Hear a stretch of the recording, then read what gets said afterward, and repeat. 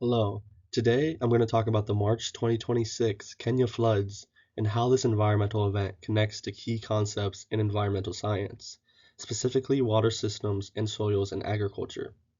This event is a strong example of how natural processes and human systems interact and can lead to large-scale environmental and societal impacts. In March 2026, Kenya experienced severe flooding caused by intense and prolonged rainfall. According to Al Jazeera, at least 42 people were killed within a few days, and thousands of people were displaced. Homes were submerged, roads were destroyed, and vehicles were swept away by floodwaters. This event affected both urban areas like Nairobi and rural communities, disrupting transportation, housing, and access to basic resources. These impacts show how quickly flooding can escalate into a major humanitarian and environmental crisis. The flooding was caused by a combination of natural and human factors. Heavy rainfall overwhelmed rivers and drainage systems. However, human infrastructure also played a major role.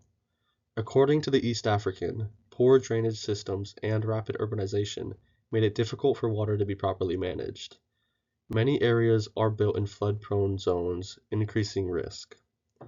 Additionally, the floods followed a period of drought, which made the soil less able to absorb water. Inside Climate News explains that rapid shift from dry to wet conditions, sometimes called climate variability, increased runoff and made flooding more severe. This event connects directly to Module 7, which focuses on water systems. Flooding occurs when precipitation exceeds the ability of the land and infrastructure to absorb or manage water.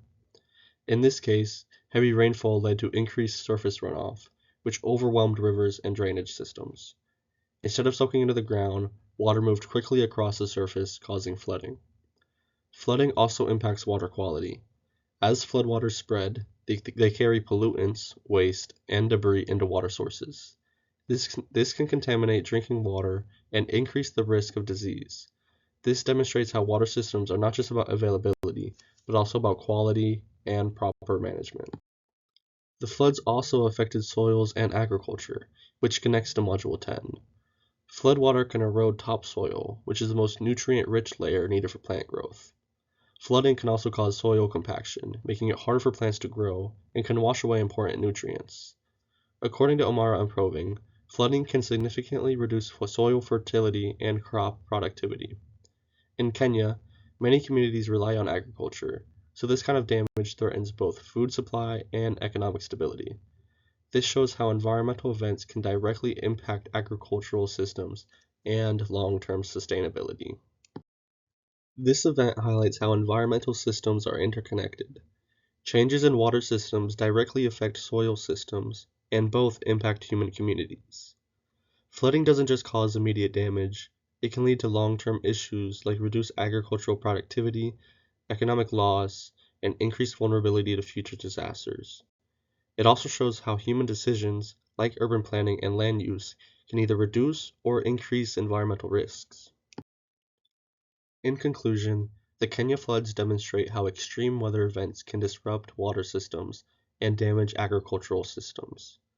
They also show how human infrastructure and environmental conditions together determine the severity of disasters. Understanding these connections is essential for managing future environmental challenges. Thank you.